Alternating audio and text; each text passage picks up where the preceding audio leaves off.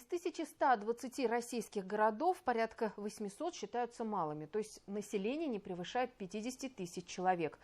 И, к сожалению, оно усиливается. Социологи предупреждают, из-за оттока населения малые города могут и вовсе исчезнуть. Разделяет ли эти сомнения член Комитета Совета Федерации? Поговорим сегодня здесь, в студии. Я представляю Олега Голова. Добрый день. Добрый день.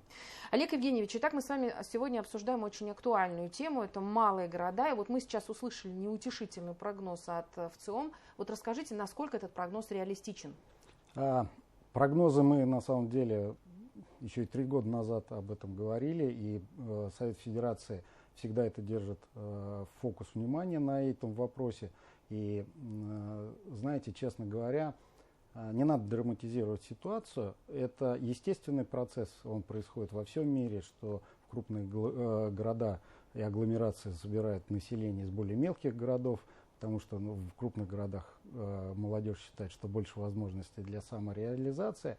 Но с другой стороны, нельзя драматизировать, а с другой стороны, нельзя и упускать из внимания этот вопрос. Потому что без фокуса внимания на малых городах, а с учетом того, что страна у нас огромная, большие территории, большие города не спасут, развитие страны должно быть равномерным, поэтому мы целиком и полностью погружены в этот вопрос, и те последние решения, которые принимает правительство, и мы на законодательном уровне, они направлены на то, чтобы в малых городах была перспектива для жизни молодого поколения, и самое главное, жизнь должна быть там комфортной.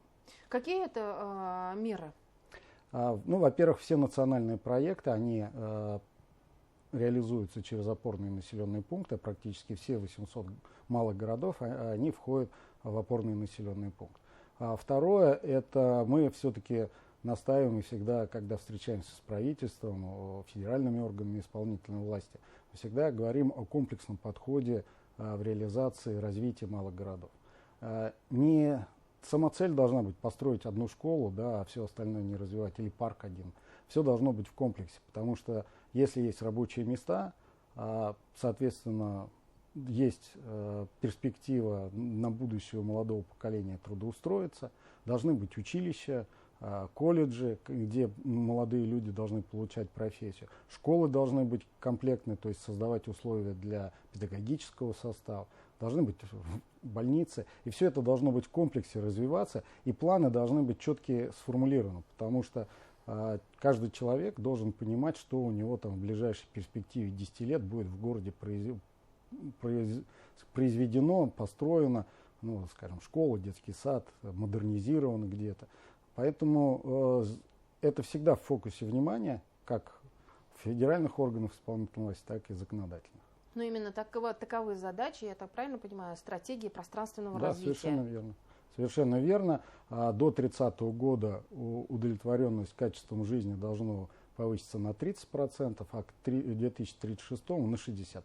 Это целевые показатели, которые неустанно модерируются, мониторятся и постоянно на контроле. Мы каждые полгода проводим мониторинг этого. Я как руководитель рабочей группы по малым городам и опорным населенным пунктам в Совете Федерации, мы каждые полгода с органами исполнительной власти федеральной мы этот вопрос постоянно мониторим и обсуждаем, что необходимо еще сделать, какие еще законодательные инициативы необходимо реализовать с тем, чтобы города развивались равномерно.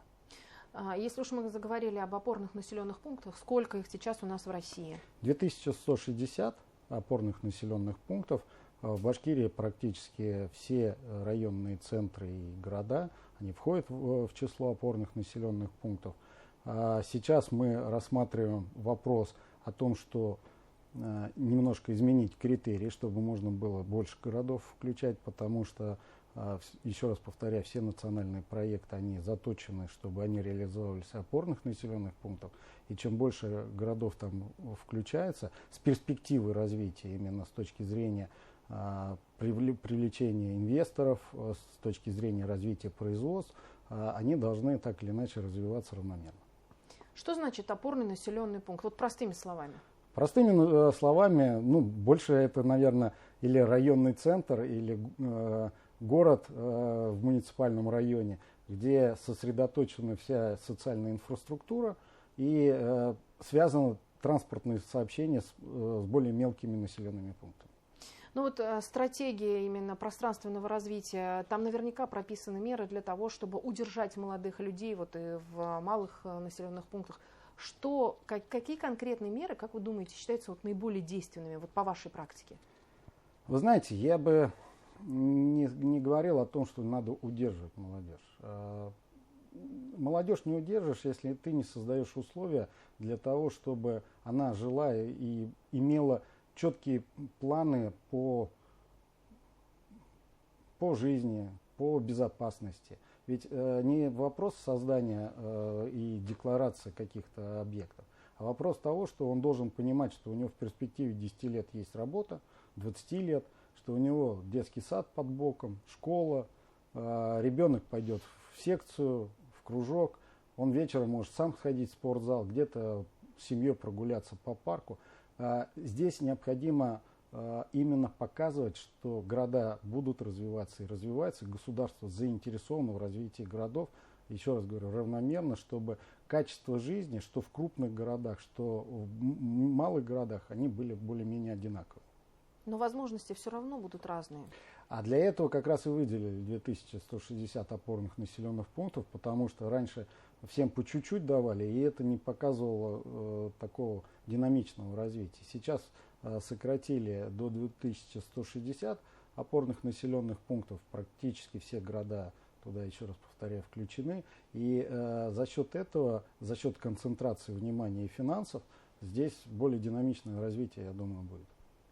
Вы, как никто, в теме моногородов в России. Вот их число сократилось с 319 до 264, насколько я понимаю. Что это значит для территорий? На самом деле это не катастрофа, потому что 70 городов, которые исключили из списка моногородов, они показали за все время программы по моногородам, что экономика диверсифицировалась, уровень безработицы снизился и все остальные показатели улучшились в лучшую сторону. Кроме того, включены новые населенные пункты в число моногородов. Это 9 из исторических территорий. И даже в Башкирии Сибай тоже включен в число моногородов. У нас получается теперь 7 моногородов, 5 территорий опережающего развития. Но я думаю, Сибай тоже к этому числу скоро примкнет. Здесь вопрос тоже поддержки, в том числе и финансовой поддержки по привлечению льготного финансирования на создание новых производств, на диверсификацию экономики. Деньги привлекаются льготные на модернизацию и создание инфраструктуры. И все это позволяет в короткий промежуток времени моногороду решить те застарелые проблемы, зависимость от градообразующего предприятия, износ инфраструктуры, ну и самое главное, отток населения.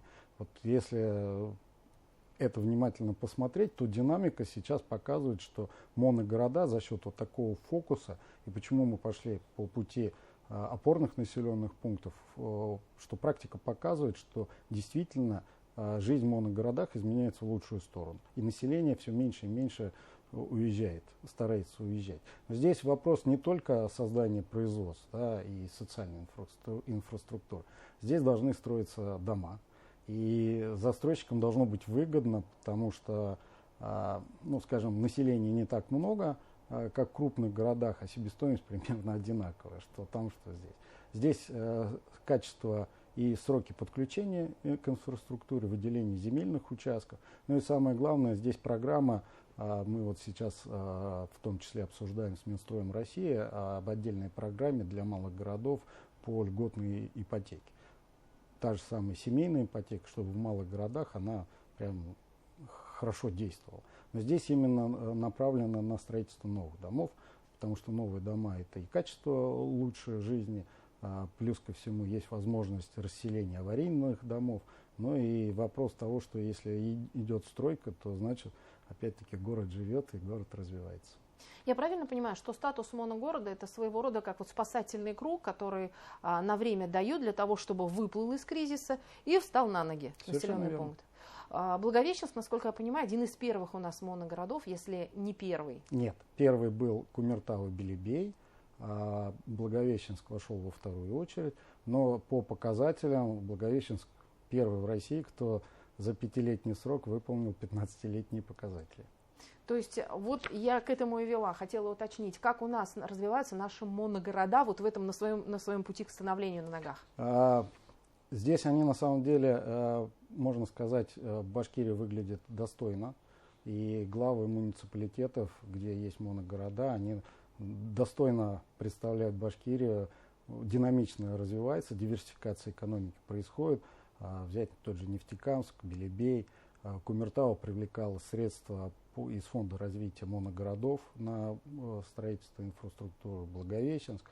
Чуть похуже, наверное, в Учелах Белорецк, но это связано, наверное, больше с географией. Но за счет того, что сейчас присоединился Сиба, я думаю, здесь будет там тройственный союз, и дело пойдет в лучшую сторону. Поэтому Башкирия, я считаю, что достаточно хорошо развивается, диверсификация экономики происходит, показатели растут, слава богу. И я думаю, если такой темп мы будем держать, будет лучше. Олег Евгеньевич, спасибо огромное, что пришли сегодня к нам в студию, ответили на наши вопросы. Спасибо. Спасибо. Это была программа «Интервью». Спасибо, что были с нами.